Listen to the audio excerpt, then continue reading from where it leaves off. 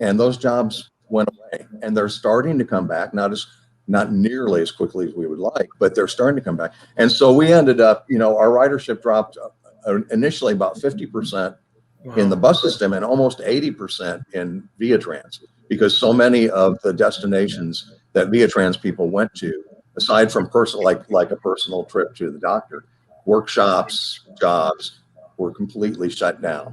Now, Via Trans has come back up to about the 50% level. Fixed routes at about a 55, 60% level. Not a big growth, but I think that piece went fairly well. I know that I'm certain that there were customers, and I'm certain there were employees. There were so many unknowns, right?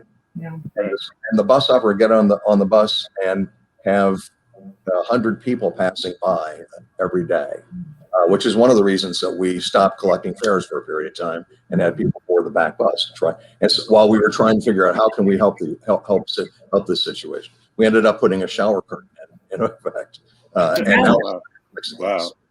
So no, I'm very proud of that. I'm proud of Central Plaza, my office right across from Central Plaza.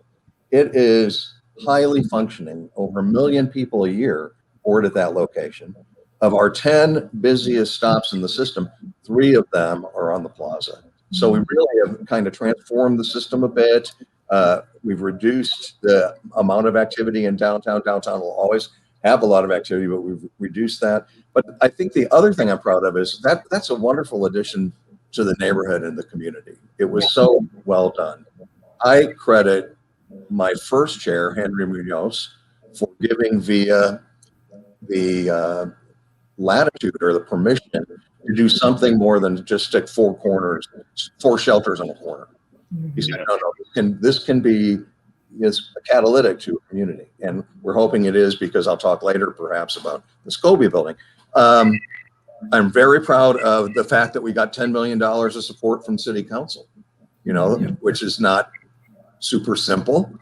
But once Councilman Saldana rode the bus and saw what happens when you have an hour between buses and you just miss it, he championed. And so we've been able to increase frequency, which is my mantra: frequency. But I'm most proud, so I'll get to the end here. I am most proud of the fact that we have been able to build a great team, because ultimately, as I said, I don't do everything. The team does it all. And the people that are closest to me, my senior management team and executive management team, all great people. And if I were abducted by aliens tomorrow, Via would march on without a beat. I'm confident of that. And